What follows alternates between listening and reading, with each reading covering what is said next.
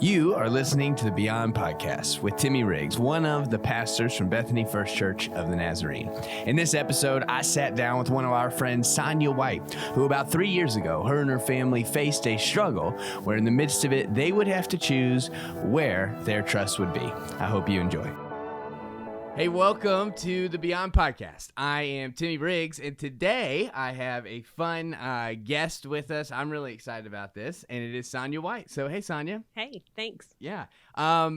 We are coming off of our second sermon. We are going to be talking about the fact that when hard times come, who do you trust? You know, who are you trusting when something's happening? Is it your finances? Is it work? Is it God? And that's kind of what Pastor Rick talked about in the latest sermon. And so I would encourage you, if you haven't heard it yet, go to bethanynaz.org /watch. I don't know. It's somewhere. You'll find it on the website.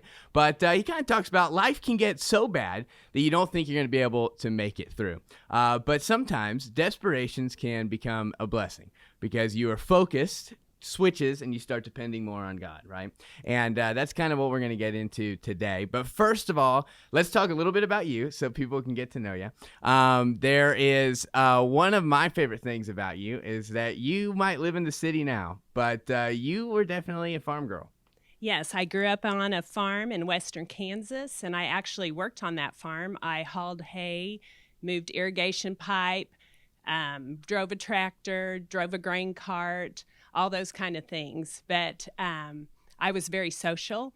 So sometimes, even though we lived only 1.5 miles from town, I felt a little isolated. So I wanted to be near people. Yeah. And I had sisters, and friends were always, around, but it just felt a little isolated. It's a pretty small town, right? Yes, the population of Elkhart's about 2,500 people. My goodness. That's crazy. Did you like that growing up that way? Oh, yes. It was a great place to grow up, and I was able to be involved in everything. In high school, I could do everything because my graduating class only had 23 people. Okay. And so when you had your kids, you guys were actually still there, you and Danny. Yeah. Well, actually, I went away for college, and I came here for 2 years and was in Olathe for 2 years. And then Danny and I, after we got married, lived in Stillwater for 2 years. And so my dad asked if we'd like to come back and farm, and I was like, no. And Danny was like, yes. And so we moved back to Elkhart. Danny did farm for 10 years, but then moved on to other things. But we raised our family in Elkhart. So they went to my kids went to the same high school that I did. That's pretty cool. My childhood was a little bit different. We moved a few times. So I don't have that rooted place. But so speaking of the farm, even one time Emma and I house sit for you, and one of our rewards was that we got a bunch of meat from your dad's farm. So that was pretty cool. Some of the best meat I've had. So that's awesome. So with that, then you kind of jumped into the finance world, right? Yes, my degree was in accounting. And so while I was raising my family, I worked part-time for a hospital as a staff accountant there in Morton County. And then when Seth went to college, we decided, we wanted to help pay for some of that. So I went to work full-time at a co-op, which in the city, co-op means different things to different people, but it was a grain elevator with fertilizer and fuel. Okay, so still like agricultural type focus. Yes. So the funny thing about and I don't want to offend anybody here, but when you talk about being an accountant and going to school for accounting, sometimes you can have an image that is maybe a little bit boring. I don't know. You didn't hear it from me. Okay. But you are not that way, And in fact, even as I grow up and meet more accountants, I'm like, I don't think most accountants aren't that boring. But this is fun because this is one of our connections. And that is that if you've ever heard of the Enneagram, it is a kind of personality test, age-old personality test, right? Kind of just tells you, hey, some of your tendencies and the way that you tick a little bit. And you are a 7 on the Enneagram, just like me. And tell us a little bit about being a 7. Being a 7, I like to have fun. I'm not the upfront center of attention kind of person. I'm a walk alongside you, let's have a great time. And so with that being said, when it comes to jobs and problems, I just want to tackle it, get it done so that we can go back to having fun. Yeah, I agree. And there's been a few meetings where we've been in, and maybe you and I are texting back and forth, and we are zoned out after about 15 minutes, right? That's right, So right. let's hope that doesn't happen today. Right. We well, get if to, we're having fun, it'll be okay. we have control of this conversation. Yes. And that's the thing. Like for me, it's like I just want to have fun. You know, Yes. I want to live a big life. Yes. And I want every day to be exciting. In fact, this is a little bit off topic, but not really. You know, we can say whatever we want, right? Yeah. There is a guy I follow who he sells a calendar that is different. It doesn't just have all the dates. It just has 365 days, and it blots out the weekends, right? And his whole thing is, you know, what do you remember? If you think back to 2017, did you do something that was exciting, something memorable with your family or with your community or whatever, right? And a lot of times, many of us can be like, well, 2017, I just worked, right? I don't know. And so he's saying in the beginning of the year, and this is relative because it's the beginning of the year, right? You need to pick out maybe 6 things. Like, so in January, you're going to do something, in March and in May. So 6 times throughout the year, kind of a really fun little adventure. Maybe you just take your family camping Friday night, Saturday night, whatever. And so he says get that scheduled first, and then you do one big event. So it doesn't even necessarily have to be a vacation. This could be a mission trip, or this could be a hike or something, you know. And so his whole thing is, if you don't plan the fun and the experiences, they're not going to happen. You know? Yes, and I totally agree with that. I have to have something to look forward to, you know, whether it be a trip or, you know, something. So I get that. And that kind of goes along with, even 2 weeks ago, the sermon was this idea of, hey, the beginning of being an overcomer or being overcome. And again, Pastor Rick and I talked about it a little bit, but I think our personalities, especially when it's rooted in faith, can tend to be a little bit more like, hey, you know, whatever situation's here, I'm going to tackle it, like you just said, Yes. and I'm going to get through it, and we're going to keep, you know, having fun. So that kind of brings us to the meat of what we're going to talk about today. Your family has really been through a journey. And so first of all, why don't you just say this? Tell us, you have 3 grandbabies. Yes, I do. do. So tell us about your 3 grandbabies, and then we'll get into the journey that your family had to go through. Well, and like any grandparent, I can talk about my grandbabies anytime anybody asks. But I have Samuel, who's almost 3, and he is just a light in our life, and we're going to talk about him in a minute. And I have Ollie, who is 16 months old, and I get to take care of him every Friday. He's like a middle linebacker already. Oh, he is, and he is full of energy and life, and we just have so much fun. And then I have Shiloh, who is 6 months old, and she is, when she smiles all over, and she is just precious. Yeah, that's awesome. Yeah.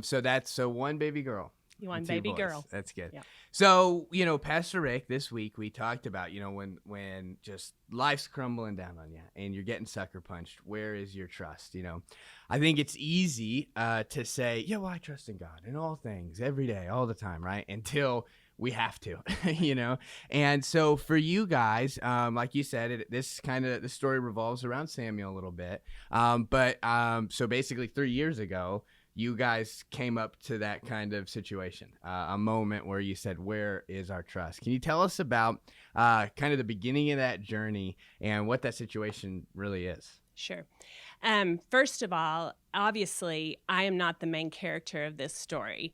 I'm more like a supporting actress, and I've sat back and watched my son Seth and his wife Hannah go through this journey with their son Samuel. So we're involved in the story, but I just wanted to point that out because Sure. I am just so inspired by the way they've handled the journey. And so you're seeing it from a supporting actress point of view. Okay, very good. But Samuel was born 6 weeks early, 6 weeks premature.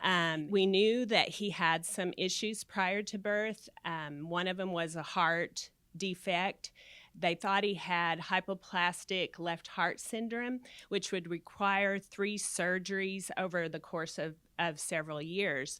After he was born and they looked at his heart, they were like, something has changed, which was the beginning of the many miracles that we saw. And he still had a heart defect, but it wasn't as severe as that. He had a narrowing of an aorta that had to be fixed. But because of the condition he was born with, which they found out after his birth, he had EVC, which is Ellis Van Creveld syndrome. It's very rare.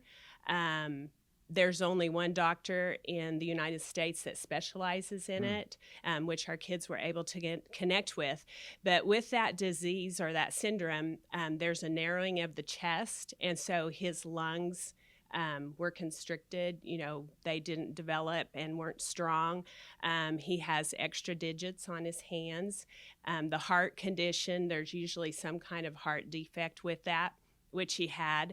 So he would have to have surgery, but they were worried about his lungs too. So our kids had to make some decisions about what to do, who to do the surgery, that kind of thing. They decided to connect with the doctor that specialized in EBC, but she was in Pennsylvania, and her team worked out of Children's Hospital there in Delaware. So after Samuel was a few weeks old, they transported him, flew him to Delaware, where at that time they did the heart surgery, and he had multiple surgeries, 6 in total. Some of the surgeries were not related to the EBC. He had intestinal problems that weren't related to EBC, just different things. But Seth and Hannah left their home in January of 2018 and did not return home until October of 2018. So that's kind of of it all in a summary. Yeah. And so did he have, how quickly did he have surgery after he was born? He was 6 weeks old when he had his heart surgery. My gosh. And so like you said, you're kind of speaking as the a supporting actress. I think about my mom and how much she talks about how much she loves me, and the day that when we experience being parents, that we'll kind of then begin to realize how much she loves us, Yes. But so even for you, there was that your grandbaby that you're so worried about, that you love, that you're praying for, but then you're thinking about your kids too, and so it's this total package, Yes. So how did it make you feel? What was your reaction? And this question is kind of connected to your relationship with God. Were you angry with God, or did you feel like, hey, I think we can lean in? I'll let you answer it. But how Sure. did you feel during that? I was never angry with God. And as a matter of fact, I never questioned God in this process. I learned to trust God from a very young age. And I have seen God work in my life in many ways. And then my dad, my grandmother told stories. And so I have a trust in God. It was hard to watch, and I had times when I melted down. There were expectations of being a grandparent for the first time, like being in the waiting room, waiting for him to arrive and getting to go see him shortly after. Those kind of things didn't happen. I didn't see Samuel in person till he was 3 months old, and I didn't actually get to hold him till he was 5 months old. So those kind of things, as a grandparent, you have expectations, and though you're disappointed, and I think God understands that. Yeah. He understands that we can have those tears and we can mourn that loss, but there's such beauty in the journey. It's not a journey we would choose, and it's definitely not something I would choose for my kids. There were times when I wished I could have taken that from them and carried it myself. But there is such beauty in this journey, such beauty. That's amazing. That is such a wise and, kind of like just spiritually mature answer, because it's so easy to just sometimes wonder when bad things are happening, like, hey, why me? I've had a conversation with someone last week where they kind of went through something pretty serious, and that was one of their main questions. I don't think that is wrong either. I think that is also part of the journey, I actually, when you think about that, don't stop wrestling with God. We think about Jacob, so in the Old Testament where he wrestled with God. And so it's like, let that be something in you. Don't just give up and say, well, I guess God hates us, or he doesn't exist, or he's not real. No, he wants to be a part of the journey, And I really have been thinking a lot about yesterday. We had a little meeting kind of talking about what we were going to talk about. And you brought up this like moment where you thought, hey, I think I know why bad stuff happens. And I thought it was incredible. And so can you tell me a little bit about that story and how you got to that point? Yes. Because it was flu season when Samuel was born, that's one reason we couldn't see him personally. We couldn't go into the NICU. We spent a lot of time at the NICU, outside of the NICU, taking care of taking food to Seth and Hannah, you know, those kind of things, but we couldn't actually see Samuel. So right before they were getting ready to fly him to Delaware, they decided to open up, and flu season had kind of died down, so they were allowing people to go in and see Samuel. I was in Dallas at a conference, and so the minute Seth told me that, I packed up and I started driving to Little Rock, where they were before they were transported out. And I was, you know, trying to get there so I could meet Samuel before they flew him out. About halfway to Little Rock, Seth called and he said they're gone. They got things loaded really quickly. Hannah and Samuel are on the plane. You know, he's not here. I had to pull over at that point. I had a major meltdown because I just wanted to see him. I hadn't got to see him, and now he's clear across the country in Delaware.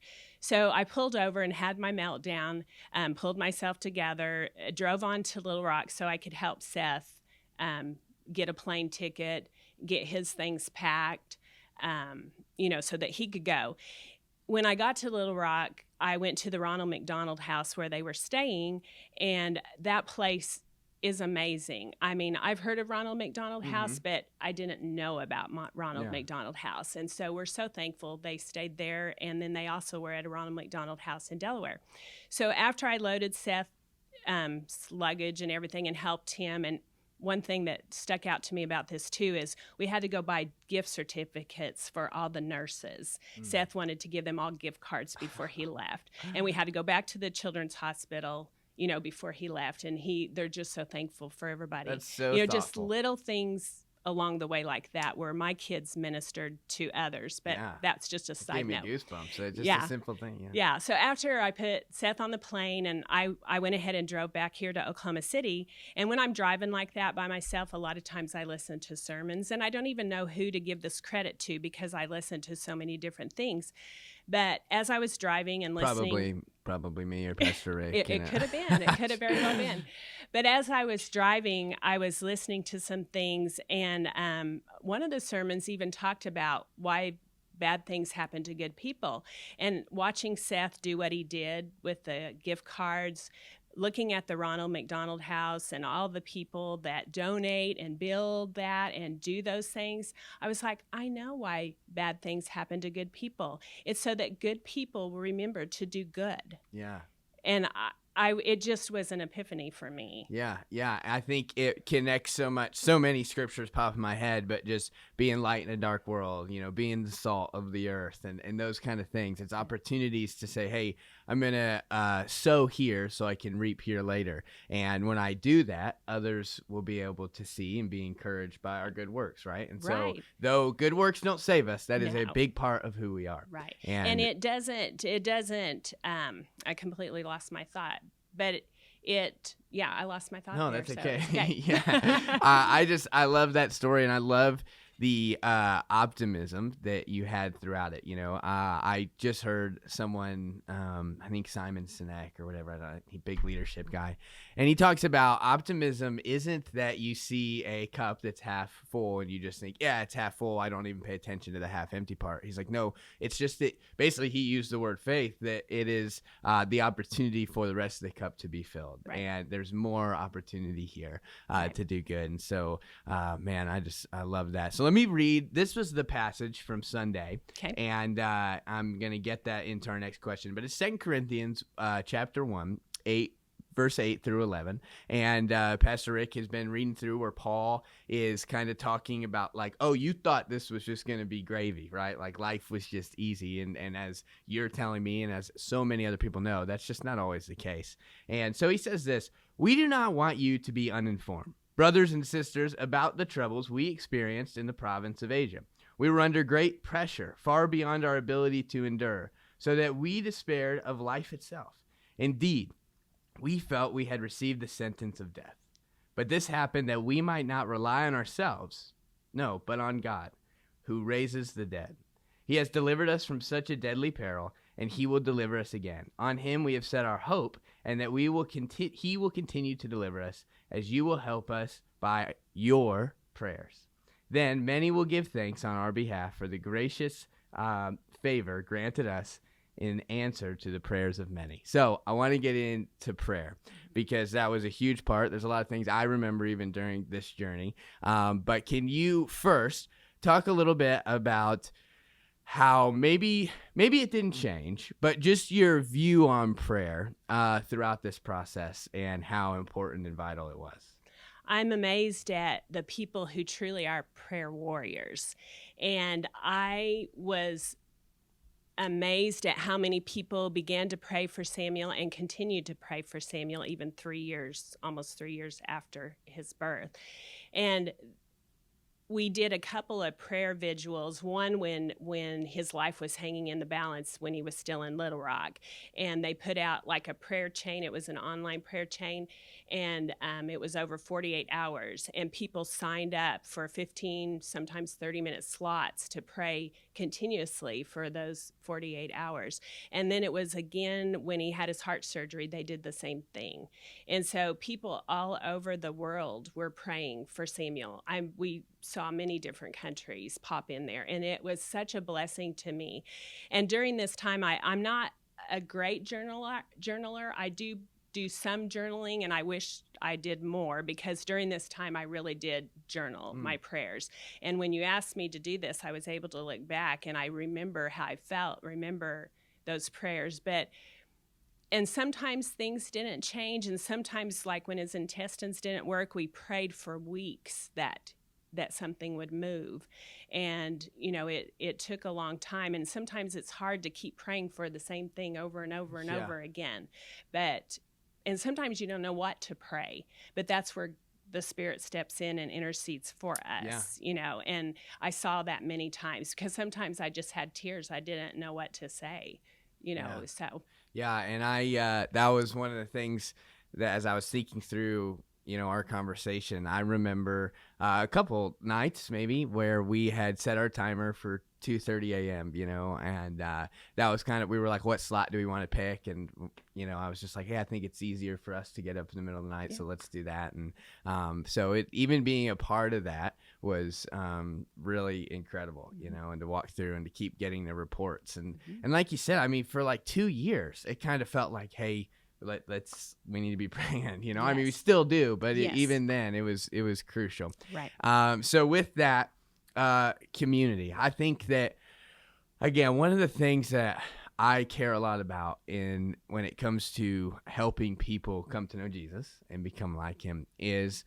helping people realize, hey, it's not just about sticking to some code or some rules or whatever. It's about, obviously relationship with Christ, but like the church, the community that God, the gift that he has given us, right? In church, I mean, body of people, not just building. Yes. And that having people to come alongside you. I think there's so many scenarios in our life where I take for granted this community that I have, right? And think that, hey, there's a lot of people out there that don't have it. And so I want to encourage you, if you are listening to this and you are not plugged into some kind of church in your community, one of the things I love is, hey, you don't have to believe to belong, and you find a church like that that's going to love you and walk with you. So if you're in the middle of something like this or just regular everyday life, you need people around you supporting you, whether it's your small group, Sunday school class, just meeting people from a service, whatever. And so my focus here is community. So how big was the role of the church and community? I don't even know if that's the right way to ask it, but just how meaningful was it to have community like this around you? Yes, and I'll speak on behalf of Seth and Hannah. They had been going to a really large church where the kids worshiped separately from the adults. I don't even know if they had a family service like we do here at BFC, but they had decided at that point that they wanted to have more of a family worship. So they began looking for another church prior to Samuel being born, and they found a church and had only attended it 3 times before they were flown or to Little Rock. And so that church was amazing even though they had only been there 3 times, that church helped them financially, the prayer thing, the baby shower. I mean, that community grabbed onto Seth and Hannah. I was amazed. They had only been there 3 times, and I was amazed. And they continue to walk. Seth and Hannah aren't able to go to church and be in person because of Samuel's condition, and they just don't want him being exposed. Especially now. Yes, this now they were just too. getting to the point where they could, and then it shut down. So, but that church continues to support Seth and Hannah. So we saw that. And then also Seth works for a company that I believe is part of his community as well. And that company did the same thing. They provided for Seth and Hannah financially. They paid for plane tickets for Seth, back and forth. They sent them food gift cards. They allowed Seth to work remotely the whole time. He even received a raise on his way home from Delaware, and had not stepped foot in his office since January. So, those things, that community was great. And then also, as the supporting grandparent, I needed community too, and I found that here. First of all, BFC, my workplace, all of you all, like you said, you joined the prayer vigil, as well as many other of my coworkers here. Yeah, I don't even know if we mentioned that Sonia is actually on staff here at the church, works in the business we didn't office. talk about that, did we? Yeah, but even the ladies in my office, prayed with me constantly through this time. And then we were also able to connect with a prayer group here at BFC that's led by Tim Haas. And we met weekly, and that was amazing. Not only did we pray for Samuel, but we prayed for others that were going through, very, very tough times. And that was so encouraging to us. And this community has just been amazing. Yeah. And then, like I said, when you say the church, the worldwide church, and the prayers that have gone up for Samuel, and the commitment, my little hometown of Elkhart, I cannot go back even to this day without somebody asking me about Samuel or talking about Hannah's blog, something she posted about Samuel. Tell us about the blog, how people could find it if they were interested. Yes, and if you're interested, Hannah is a gifted writer. She has done an amazing job speaking on Samuel's journey, but it's his story, his glory. Oh, wow. Yeah. Cool. Yeah. And that's kind of, I didn't get to see him, but I've seen plenty of pictures. Last week he came up, and I didn't get to see him, but I've seen a lot of pictures. He's walking now. Yes. Right? And he's got a little walker. And, obvious pictures, he's just always grinning ear to ear. Happy little guy. I've seen him in person. I got to come over to your house once, and, again, you had to be really delicate and stuff, but I got to see him for a second, and he just was joyful. Yes. And he's also been on a vent. I didn't mention this earlier, but he's been on a ventilator. He was on a ventilator from the time he was born until just this past August. And so he's only been without the vent for a few months, but it has changed his life, and he's speaking. He can count to 20. He can do his ABCs. He's not even 3 yet. He's very, God has done amazing things with his little mind. And he's awesome. Such a blessing to be around. His little personality is just beautiful. Man, that's so good. Well, hey, thank you, Sonia, for taking the time talking about that. And again, this is about this idea that when we are rooted in Christ, we are overcomers. Yes. And it might not be the situation we hope for or wanted to be in, but yet we can see so many blessings coming out of it. Absolutely. And so with that being said, if there's, this story kind of touched you, and there's some kind of way that you want to help Seth and Hannah and Samuel and Shiloh now, just let us know. Contact us, and Sonia can help for sure. And then you could follow Hannah's blog, His Story, His Glory. Yes, okay. absolutely. Yeah. And I think that would be awesome. And man, well, appreciate you. Yeah, and is there any you. way specific prayer requests for them right now because of just this,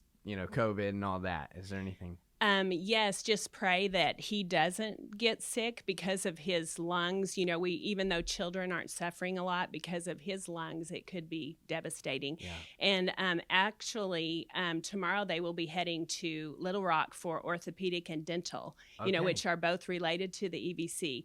Things aren't as serious as they were, a couple of years ago and even into last year, but they still have a journey. Sure. Yeah. So throw them on your prayer list for sure. Well, thank you, Sonia. Yeah, thank you, and hope that you guys enjoyed.